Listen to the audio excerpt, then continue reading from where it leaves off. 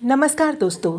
माता पिता के लिए दुश्मन होती है ये 4 प्रकार की संतान। ऐसी संतान से संतान विहीन रह जाना बेहतर होता है।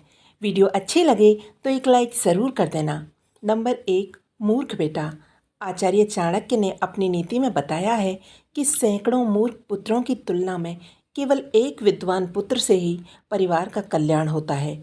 ठीक उसी प्रकार जिस प्रकार आकाश में सैकड़ों तारे होने पर भी वो चांद के बिना अंधकार मिटाने में असफल होते हैं। नंबर 2, चरित्रहीन बेटी। एक पुरानी कहावत है, या तो बेटी नाम ऊंचा करती है या रोटी। एक पिता का मान सम्मान उसकी बेटी के हाथ में होता है। अगर कोई बेटी पिता की पगड़ी को पंचायत में उतरवा दे या कोई ऐसा कार्य करे जिससे समाज में पिता सर उठाकर न चल सके, तो ऐसी बेटी पिता और परिवार के लिए कलंक होती है। ऐसी पुत्री पिता के लिए दुश्मन के समान होती है। जो पुत्री पिता को कन्यादान का अवसर ना दे, कहा जाता है बेटी को जन्म देने के बाद अगर उसका पिता उसका कन्यादान नहीं करता तो वो नर्क का भागी बनता है। साथ ही जो बेटियां अपने पिता को इस अधिकार से वंचित कर देती हैं, वह भी किसी दुश्मन से कम नहीं होती।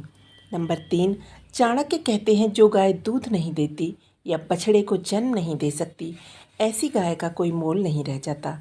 ठीक उसी प्रकार जो पुत्र अज्ञानी शिक्षा विहीन होता है तथा परिवार की गरीबी और कलंक को मिटाने में असमर्थ होता है, वह माता पिता के लिए दुश्मन समान होता है।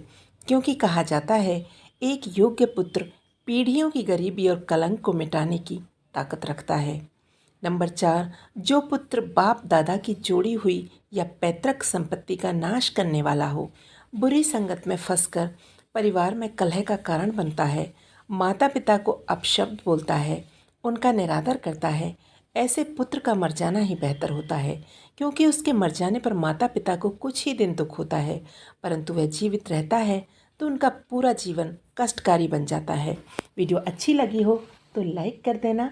धन्यवाद।